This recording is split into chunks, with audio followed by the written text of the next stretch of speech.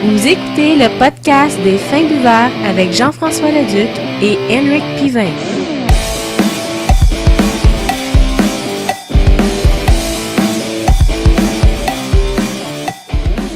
Bonjour tout le monde, bienvenue à cette 21e épisode du podcast des Fins Buveurs. Je suis votre hôte JF Leduc et à mes côtés, Lauriane. Bonjour! Ça va bien? Oui! Un épisode en duo. Aujourd'hui, Rick, encore problème d'horaire. Fait que ça me fait plaisir de le remplacer et de boire une bonne bière C'est ça, à sa place. Merci d'être là. Je voulais qu'on commence à jaser. Cette semaine, tu as eu l'occasion d'aller au Malteus. C'était la deuxième fois que tu allais là? Oui, la dernière fois date de l'année passée, fait que ça remonte à plusieurs mois. Ouais, je pense que c'était à leur début, en plus, ils venaient juste d'ouvrir, ou presque. Oui, ça fait quoi, un an, je pense? Parce que ça fait un an, il n'y a pas longtemps. Ouais, c'est ça. Je me souviens plus exactement de la date d'ouverture. Bon premier. Oui. Puis je me demandais, est-ce que tu as goûté des trucs que tu n'avais pas goûté la dernière fois, ou est-ce qu'il y avait des modifications sur le menu, ou c'est quoi tes impressions un peu? Oui, en effet, il y a eu quelques modifications si on veut. Il y a toujours des bières qui sont là tout le temps. Des permanentes, ouais, là, dans le fond. qui reconnu les mêmes. Ouais, c'est ça, qui font des brassées puis qui vont rester là pour jusqu'à la fin quasiment. Mm-hmm. Puis il y a d'autres brassées qui font des éditions spéciales si on veut, fait que faut les saisonnières. Ouais, fait qu'il faut les pogner quand ils sont là. Puis ce que j'aime de cette place-là, comme la plupart des microbrassées, c'est qu'ils font des genres de planches de dégustation. Ouais. Puis, des palettes. Ouais, des palettes de dégustation. Puis là, on peut soit choisir une palette de 4 ou 6 dégustations. Je me suis gâtée, j'en ai pris 6. Yes! Histoire de toutes les goûter. Est-ce qu'il y en a là-dedans que tu n'as pas eu la chance de goûter? Ou il y en avait plus que 6 ou moins que 6? Ou... il y en avait plus que 6 choix. Ah ouais, ok, wow. Okay. Oui. Fait que non, j'ai pas pu goûter à tout ce qu'il y avait, mais c'est ça, j'ai essayé de prendre dans mes goûts, voir s'il y en avait qui m'intéressaient plus que d'autres. Mais dans ce que j'ai pris, il y en a pas qui m'ont déçu. OK. Je les ai vraiment aimés, toute la gang. Il y en a une par exemple que, oh my god, le IBU à 83, au pelaille. Ouais, c'est agrumé un peu. C'est corsé comme goût. C'est la double EPA. Elle n'était pas là, elle, la dernière fois, je pense. C'est une édition, justement, une édition spéciale, celle-là, fait que... Ouais, pour l'été, désaltérante, là, un peu. Là. C'est ça, fait que si vous avez l'occasion d'y aller prochainement, vous pouvez y goûter en dégustation, mais très, très, très corsée. À vos risques et périls. Elle est bonne, mais très corsée. Good. En gros, ce que j'ai goûté, il y a la Enfield, la Alexander Buntin, une bière de 5%. Celle-là, je l'ai vraiment appréciée. C'est une Scotch Ale. OK. Elle a un petit goût fruité. Ils disent que il y a des notes de caramel, pomme et prune. Ah, OK. Elle est vraiment bonne. Elle vaut la peine d'être goûtée. La Hansville, c'est une Offenweiss. Elle aussi, je crois que c'est une édition spéciale, si je me trompe pas. Bière blanche allemande, là. Oui. Puis, elle a un bon petit goût désaltérant, celle-là. Ensuite, j'ai goûté à la Corruption, une bière de 4,9%. C'est une dry stout. C'est une bonne bière, comme tout stout. De tous les jours, un peu, une bonne vieille classique. Ouais, une classique dans les stout. goûts classiques Ouais, de c'est stout. ça. Si vous avez le goût d'une bonne stout, Est-ce vous qu'elle n'êtes est pas un déçus. peu torréfiée café ou... Café. Ouais, café, ouais. Cool. Fait que vous êtes pas déçus si vous avez une idée de la stout, à quoi qu'elle goûte. C'est vraiment dans les ranges de la stout. Good. Ensuite, il y a la Colonel Salaberry, une bière de 5,6%. C'est une ale rousse. Elle aussi, c'est une bière du standard rousse. Plus malté que houblonné ou quand même un petit goût amer? Ou... Il y a une petite touche de fumée avec un ouais. petit goût sucré caramel, si on Oh, veut. wow, OK. C'est une bonne bière, une bonne rousse. Wow, OK, cool. Un autre que j'ai vraiment été agréablement surpris, c'est la Maïté. C'est une Weizenbock. C'est une bière brune matée, style allemande. On peut goûter un goût des petites notes de caramel, banane, abricot et clous de girofle. Fait que ça a un petit goût sucré, c'est une Ouais. bonne bière. En tout cas, dans mes styles, ça aussi, Ouais, j'ai vraiment été appréciée. Bonne bière forte, habituellement, les Weizenbock. Là. Ouais, puis celle-là, elle avait un bon goût. Bonne. Puis ensuite, j'ai terminé avec la double IPA. Ouais. C'est une bonne bière, sauf que elle est très très corsée, là. Ouais, c'est ça choque avec toutes les autres Ah qui oui, étaient pas mal qui- plus caramélisées, puis là t'arrives dans quelque chose doublonné comme s'il n'y avait pas de lendemain. Ah là. oui, c'est très très très corsé comme goût. Yes, j'aime ça. C'était terminé, allons-y avec notre dégustation. Oui, Nous autres, qu'est-ce qu'on a eu le goût d'essayer, c'est qu'on a mis à l'épreuve les Canadian Brewing Awards. On a pris une gagnante du prix d'argent pour la meilleure Belgian Style Strong Ale, Specialty, Strong Specialty Ale. Et puis, dans le fond, on parle ici de la Flacatoun, de la microbrasserie Charlevoix. C'est ça, donc bière forte, type belge de 7% d'alcool. On la boit dans une bouteille de 500 ml, trouvée au métro près de chez nous.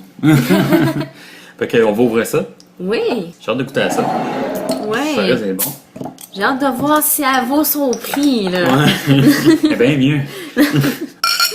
Mon Dieu, une bonne bière blanche, blonde. Ouais, une bonne blonde claire. Ça va, c'est effervescent, ça. À mousse. Ouais, il y a du collet là-dedans. Ah, j'ai hâte de goûter à ça. Ouais, c'est vraiment un blond paille, là, vraiment. Ouais, vraiment belle, ouais, belle couleur. Et quand même un peu trouble, là, comme Rick dit, là, il est opaque. Ouais, un peu opaque, mais pas trop, là. On voit quand même mes doigts au travers, mais elle est un peu opaque, là. Ouais, c'est ça, c'est comme en transition, on va dire. Ouais. Ah, ça va être spécial, ça. En tout cas, à l'odeur, elle sent bonne, je trouve. Malte, plutôt, je dirais. Ouais, très malté, pas très très houblonné, vraiment douce en bouche, il n'y a pas de retour. Je sais pas si t'en Non. as, il n'y a vraiment pas de retour. Elle coule bien, Ouais, vraiment. Très désaltérante. vraiment. J'essaie de voir pas très très fruité. Il n'y a pas vraiment un goût qui me vienne tout de suite. J'essaie de chercher peut-être un petit goût de banane en fond. Ouais, léger goût peut-être. Elle a un petit goût fruité, mais vraiment subtil. Il faut vraiment aller chercher. Ouais, c'est super subtil, faut essayer d'aller chercher dans le malt, mais a priori c'est une bière qui est assez maltée. Parce que la description qu'il y a sur le label de la Ah, bouteille, vas-y fort. c'est une pierre artisanale sur levure au goût évolutif brassée à partir d'ingrédients naturels sans additifs. La Flacatoun est une bière pure malt brassée avec la levure d'origine belge, apportant un puissant fruité à la blonde de dégustation. Le houblonnage aromatique généreux et perlé, abondant en fond de la bière apéritif par excellence. Ouais, je vois comme apéritif, là, c'est vraiment léger, là, puis Moi, j'avoue qu'elle est vraiment légère, elle se boit bien. désaltérante aussi, mais c'est ça, c'est vraiment juste une bière bien maltée. C'est un IBU de 12. Puis, Wow. Ouais. il parle du OG puis du AA. Je sais pas si tu veux faire un refresh. Ah ouais, c'est quoi donc? Original Gravity, puis de 14P. Ah, bon. Original Gravity, elle a commencé avec Original. Ouais, mais le truc, c'est qu'il donne pas de Final Gravity, fait qu'on sait pas combien il y a de Elle sucres a fini. qui ont été traités en alcool. Mais ça doit être quand même beaucoup, là, vu que c'est quand même une bière de 7%. Ouais, il y a quand même des informations que, je sais pas, AA, 82%. Puis, Ça va faire une bonne recherche pour un autre podcast. ouais, ça risque d'être ça. Puis Cat Love, aucune idée c'est quoi. Puis il donne la description de la Flacatoun, l'origine du nom de la bière, dans le fond. Oui, vas-y. C'est une bière blonde intelligente représentant l'image de la femme Beetleger des années 30. La Flacatoun nous permet d'apprécier notre vieux français puisque ce mot voulait dire bière dans l'ancien temps. C'est une bière blonde forte de 7%. Ouais. Intéressant. Ouais, rien à dire trop de négatif sur cette bière-là. Je peux pas dire que cette bière-là manquerait peut-être un peu de, pas de subtilité, mais elle est très, très disponible comme goût, Ouais. très standard, très malté, faut aimer le malt, là, sinon oubliez ça, là. Il y a 0 houblon dans ça. Pas amer, pas très sucré, pas très sûr, un peu acide. Mais j'imagine qu'elle a gagné le prix justement, vu que c'est un goût qui est accessible vraiment à tout le monde. Ouais, c'est ça. Je pense qu'elle représente très bien son style aussi, Oui. le style belge Vraiment. fort quand même. Mais j'ai rien de négatif vraiment à Non, c'est dire. ça, c'est- Oui, elle est vraiment bonne. Il faut vraiment aimer la malt, là, puis tu vois qu'il y a un collet encore quand même assez crémeux. Là. Oui, il m'en reste presque plus, puis il y a encore un bon pouce de collet. Là. Ouais, c'est ça, franchement, il s'en va pas. Là, fait que ça protège bien la bière, là, puis ça montre qu'il y a un peu de corps à la bière. Là, donc, non, franchement, pas déçu. Là, c'est bien Non, comme, ouais. comme blonde. Là. Elle est vraiment bonne. Ouais. Bonne blonde désaltérante. Je suis pas une fan des blondes, mais celle-là, j'en prendrais une autre n'importe quand. Ouais, léger fruit, léger fruit en arrière. C'est subtil, faut, on y goûte, mais c'est vraiment en arrière-goût. J'essaie de voir banané, raisin. Je sais pas si c'est le fait que fruité, on dirait que je goûte la banane, Ouais, mais c'est vraiment subtil, léger, là. intéressant, bonne dégustation. Parce que je vais avec mes nouvelles, Lauriane. Vas-y, je t'écoute. Il y a des bonnes nouvelles cette semaine, j'aime ça. Cette semaine, Lauriane, imagine-toi donc qu'il y a eu le dévoilement de la bière officielle du Festival de bière et Chambly, Oh! bière et saveur de Chambly, En au septembre. mois de septembre, ouais. Durant la fin de semaine, ils ont fait du travail, là, c'est ça. Là. Oui. Donc, félicitations aux brasseurs du monde Oh! qui se méritent de faire la bière officielle. Ils ont pris un contrat avec eux autres pour les 3 prochaines années. Ça va 3 être, ans, ah ouais, ouais. un méchant C'est partenariat. bien ça. Là. Vraiment le fun. Puis, c'est quel genre de bière est-ce qu'ils disent? Ouais, exactement. Il y a toute une définition par rapport à ça. Ça va être la 13e édition, juste comme ça, du bière et saveur. Et puis, justement, ils vont créer un brassin personnalisé, une style saison gruy, GRUIT, à 5,75%. Et puis, dans le fond, ce que c'est un peu un retour à l'arrière, parce que avant que le houblon soit vraiment ajouté à la bière, dans le fond, c'était plutôt, on appelait ça plutôt une bière, une cervoise. Dans le fond, c'est ça, une cervoise, c'est une bière qui a plus ou moins de houblon, dans le fond. Puis c'est ce qu'ils vont faire avec ça, c'est qu'ils vont faire une bière de gruy. Et puis c'est ça, justement. C'est quoi du gruy, par curiosité? Honnêtement, j'ai aucune idée. Ok. Mais c'est dans le fond une céréale qu'ils utilisaient avant le houblon, dans le fond, Ok. pour essayer de donner. Le truc, c'est que c'est une bière qui est très épicée, parce que le houblon, ça joue le rôle en même temps d'un agent de conservation. Puis avant, ce qu'il faisait, c'est qu'il rajoutait beaucoup d'épices. Comme ça peut Ok. être comme du poivre, ça peut être comme. En tout cas, d'autres genres d'épices pour essayer de la conserver le plus possible. C'est ça, dans le fond, une cervoise ou une bière de gruy. Et puis, justement, j'ai une petite définition de la bière. Ça va être une type saison sèche et herbacée à la robe ambrée et trouble. Au nez se présente un vaste bouquet d'herbes et d'épices rappelant le poivre, le romarin et l'achillée millefeuille. En bouche, on décèle des notes rafraîchissantes de menthe, de poivre noir et un effluve de lavande soutenant un corps maltais et légèrement acidulé. Ça doit pas être mauvais. Ça va être assez spécial comme bière vraiment épicée. Là. Franchement, j'ai vraiment hâte d'y goûter. Ça va être pas mal J'ai hâte aussi au festival. Ouais, ça va être pas mal le fun. Ça va être un. Est-ce que c'est que pour le festival ou ils pensent peut-être après la continuité, mettons en vente dans les magasins? J'ai l'impression que ça va être seulement la bière officielle qui va être sur place. Sur place, Ouais, ok. jusqu'à preuve du contraire. J'ai pas malheureusement d'infos sur le futur de la cette bière-là. disponibilité. La disponibilité de cette bière-là, mais ça risque de changer, on ne sait jamais. Parlant de bonne bière, Ariane, c'est le dévoilement et même distribution de la bière 10e anniversaire des Trois Mousquetaires. Fait qu'on sait maintenant c'est quoi comme bière. Et puis, il y a justement, elle a déjà commencé à être disponible en magasin Ah ou oui? épicerie. Ça va être une Kriek noire impériale à 10%, qui est dans le fond une bière fruitée de base à la cerise.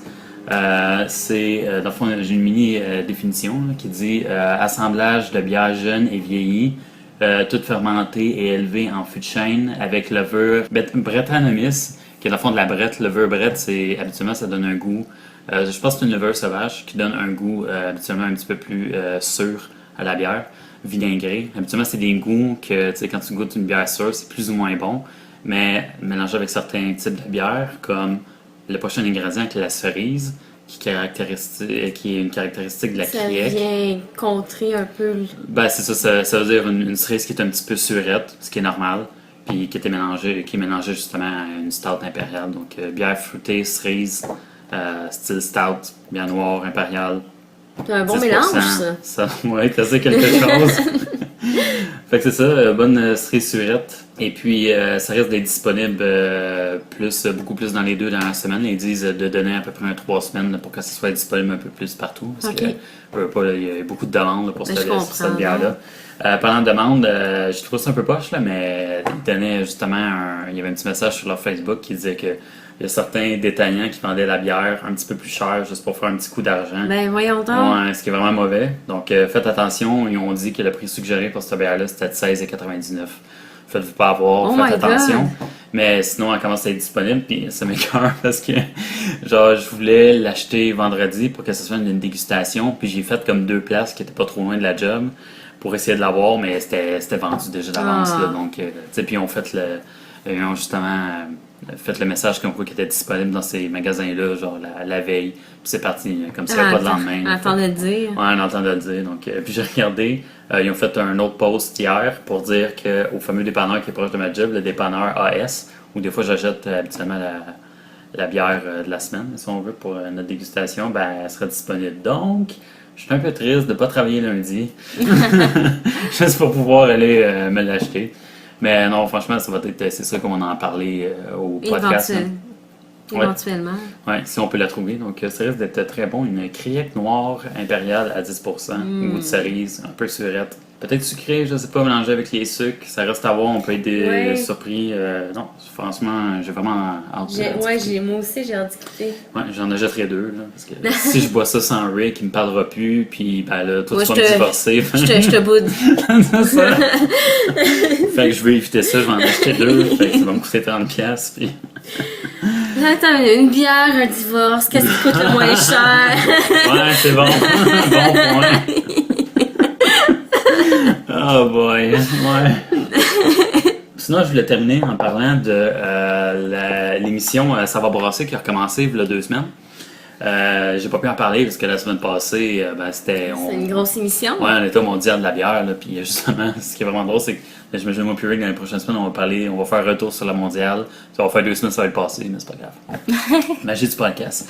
Mais c'est ça, je voulais juste faire un retour, puis je vais peut-être parler de l'émission de la semaine, puis juste faire un retour là-dessus, un peu, puis voir comment que l'épisode a un peu évolué, dans le fond, avec la dernière année. Fait que ça va brasser la première épisode, qui est là 2 semaines. Ils ont été à la brasserie des Beaupré, à, devine-le, Sainte-Anne-de-Beaupré. Hein? Et puis justement, au début de l'épisode, ils ont fait une introduction avec le propriétaire, Luc Boivin, pour parler un peu de son background professionnel, qu'est-ce qui l'a amené à devenir brasseur ou propriétaire du microbrasserie, dans le fond. Et puis il parlait justement qu'il a travaillé pour Boréal avant, puis Dieu du ciel à partir de 2005 jusqu'à 2011, je crois, ouais, 2011. Puis c'est ça justement, lui, ce qu'il voulait s'acheter, un chalet à microbrasserie, à Sainte-Anne-de-Beaupré, excuse. Puis il a vu qu'il n'y avait pas vraiment de microbrasserie, puis il manquait d'attractions pour réunir le monde. Puis c'est un peu ce que le rôle de cette microbrasserie-là fait, dans le fond. Ça sert à rassembler le monde, puis toute le kit. Après ça, il y a eu comme une mini-pause, puis c'est une genre de nouvelle chronique qui vont parler des produits du terroir de cette région-là. Ah Puis, oui. Ouais, fait que là, il parlait justement de, je pense que ça parlait de foie gras, quelque chose que j'aime beaucoup. Puis, foie gras de canard, c'est ça qui se mariait bien avec des cidres de face cachée de la pomme. Là. Il parlait de mettre, je pense que je ne l'ai pas avec moi, le nom du foie gras, mais c'est un type de foie gras qui est mélangé justement avec le cidre de la face cachée de la pomme. Fait que ça donne un petit goût de cidre au foie gras, puis un petit goût de pomme, foie gras. Fait. Non, ça change un petit peu le goût du foie gras. Ouais, c'est ça, exact. Après ça, en retour de la pause, ils ont parlé évidemment des différentes bières des microbrasseries des Beaupré. Et puis je vais juste parler un peu des bières. Là. Il y en a quand même pas mal. Là. Je vais essayer d'aller vite, là, mais justement, tu vas en reconnaître une, la blanche style allemande Hefeweizen, qui s'appelle la Loi Blanche à 5,3%, qui est justement Hefeweizen, moitié blé, moitié orge, et puis avec levure allemande. Après ça, il y a la Dunkin' Weizen à 5,9% qui s'appelle la Saint-Joachim, qui était avant le Weizenbock, mais ils ont modifié un peu la recette, qui ont gardé encore comme de type allemande, mais ils ont voulu y donner un caractère un petit peu plus caramélisé. un petit peu plus banané, justement, que le blé offre à la bière. La Sainte Pat, qui est une des plus douces, si on veut, une Irish Cream Ale à 4,7%. Crémeuse, quand même caramélisée, Ouais, un c'est peu houblonnée. intéressant, ça. Ouais, vraiment bon. Et puis, une autre bière de tous les jours qui est la Mestachibo, une pale ale de 5%. Donc là, on est dans les goûts un petit peu plus standard. Houblonné, mais quand même légèrement un petit peu caramélisé, juste peut-être en goût. La Route 123, qui est une double IPA à 5,8%. Houblonné, Lauriane? J'ai pas besoin de te dire ça. Je me demande de quoi tu parles. Ouais. Puis il parlait aussi que sur place, il offre, comme le fait à l'affût, c'est l'espèce de cruchon qu'on a de 2 litres, là, Ah, ok. qui est juste là, dans le fond. Là. Nous autres, on le voit. Là. La collection oblige. Fait que c'est ça, disponible sur place, un cruchon, ben sinon en format de 750 millilitres pour des bières qui sont un petit peu plus spéciales, un petit peu plus saisonnières, comme des triples belges, des trucs du genre. Après ça, petite capsule qu'ils vont faire à toutes les semaines, c'est la production d'une bière de microbrasserie AJ qui est la Belle Gueule Houblon. Et puis qui vont montrer un peu comment ils ont fait cette bière-là à partir de toutes ces étapes de production. Fait que, vu que c'était la première semaine, ils ont parlé justement de la réunion de production, dans le fond le brainstorm, de comment on va la faire. Il n'y a pas eu trop de chicanes de famille là-dedans, là? non, vraiment pas. Là, tu vois, c'est la première étape, c'est vraiment autour d'une table, puis essayer un peu de discuter avec les maîtres brasseurs, qu'est-ce qu'ils vont faire justement comme type de bière, qu'est-ce qu'ils vont utiliser comme ingrédient. Fait que c'était vraiment simple pour l'instant. Et après ça, ils ont parlé justement avec le biérologue qui commençait à parler, puis c'était comme 2 segments dans le fond. Ils font tout le temps ça, puis ils ont gardé ça de la dernière saison. C'est prendre la bière de la microbrasserie dont ils parlent, puis après ça, la jumeler avec de la nourriture qui vont justement comme agencer bien la bière dans le fond. Et puis après ça, il y avait comme deux autres mini-chroniques. Une qui parlait justement des canettes ou bouteilles, dans le fond, pour l'embouteillage. Et je pense que c'est pas mal ça. Ouais, puis ligne d'assemblage, puis justement que le goût d'aluminium en bouche, ben, c'est un mythe. Ça goûte pas vraiment l'aluminium quand on boit en canette. Tout ça, donc petite chronique. Ça vient pas changer le goût de la... Non, de la bière, aucunement. Puis que c'est un mythe. Donc, assez intéressant comme style de chronique. Là. Il y a une belle présentation de la microbrasserie, comme ils ont fait à l'habitude. Discussion avec les propriétaires, ça n'a pas changé. Après ça, ils ont fait justement une dégustation de la bière avec nourriture pour voir un peu Qu'est-ce qui s'agence bien avec les Ouais, bières? c'est ça, exactement. Puis ils ont enlevé, par exemple, comparativement à l'an passé. Puis je suis d'accord, c'est... habituellement, ils faisaient tout le temps une activité avec le propriétaire ou le brasseur de la microbrasserie. Disons, si je me rappelle la microbrasserie Le Ciboire à Sherbrooke, eux autres tripaient bien vélo, fait que ils sont partis en randonnée de vélo. Puis en même temps, tu les vois faire un peu de vélo, après ça, ok, là, ils s'arrêtent, ils se mettent à parler un peu de leur passion pour qu'est-ce qui les a amenés à s'ouvrir une microbrasserie. Ok. L'activité en tant que telle a été comme complètement enlevée pour juste une entrevue sur place. Ce qui est plus simple, là, dans le fond. Là, Ouais, parce que c'est vraiment la microbrasserie en tant que telle qu'on veut. Ouais, ça, c'est vraiment le focus, justement, de l'émission. Puis c'est correct s'il reste juste comme dans la microbrasserie. Deuxième émission, celle qui était de cette semaine, dans le fond. Ils ont été à la microbrasserie Archibald, Québec, Lac-Beauport. Ils ont parlé justement au propriétaire François Nolin, que la brasserie, la première, la microbrasserie ou / restaurant aussi, est-ce que c'est vraiment les deux? Un agencement bière et bouffe. À partir de 2005, puis c'est vraiment en expansion, là, puis il risque d'en avoir un, il va en avoir un qui va s'ouvrir à Trois-Rivières au mois de septembre. C'est pour bientôt? Oui, vraiment bientôt. Et puis ils ont gardé le même style de concept, donc jaser avec. La chronique du terroir, c'était du fromage qui tournait autour de la région. Et après ça, ils ont parlé des différentes bières avec le directeur de la production qui est américain. Puis tu vois que ça a une grosse influence avec leur type de bière parce qu'il y a beaucoup, comment que je pourrais dire, il y a beaucoup de ale blonde.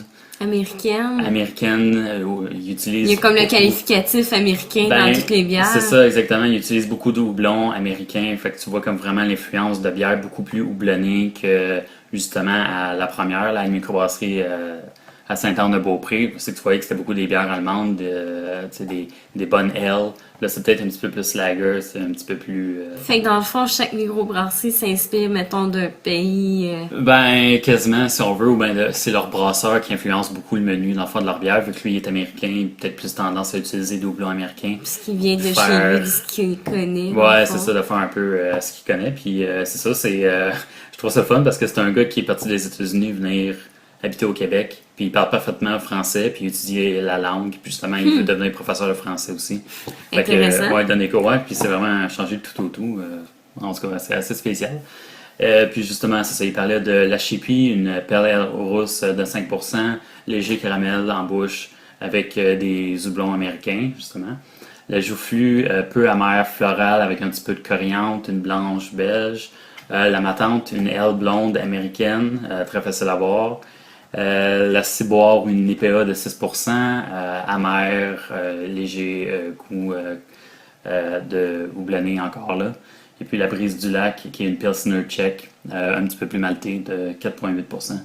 Puis ça peut se retrouver dans pas mal toutes les épiceries, Ouais, je pense. ouais, Archibald, ils ont une bonne ligne C'est d'assemblage. nouveau, mais c'est une nouveauté, mais c'est, je pense qu'on peut en retrouver dans plusieurs épiceries assez facilement. Ouais, c'est assez disponible. Ils sont assez gros. Là. Ils montraient en plus justement leur ligne de montage. Là, puis c'est des canettes, puis la ligne là, comme on connaît, là, avec les personnes qui pactent, puis qui justement ship ça là, dans plusieurs places. Là.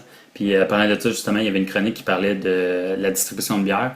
Il y a justement une compagnie qui s'appelle Distribière qui s'occupe justement de prendre toutes ces bières-là. Puis on se demande des fois comment que les microbrasseries qui, eux autres, ship à toutes les épiceries ou les restaurants ou les bars, ben il y a une Compagnie, compagnie qui s'occupe de ça justement au Québec. c'est bien ça. Ouais, puis qui entoure comme certaines microbrasseries, pas toute la gang, mais dont le Trou du Diable que j'ai retenu. Puis eux autres distribuent même les verres, posters ou tu sais, s'il y a comme des petits accessoires par rapport à la bière.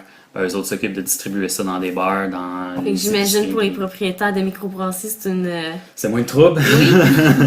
C'est clair, eux autres ils ont juste besoin de shipper ça à une place, puis eux autres s'occupent de distribuer ça à tous les restaurants. Fait que...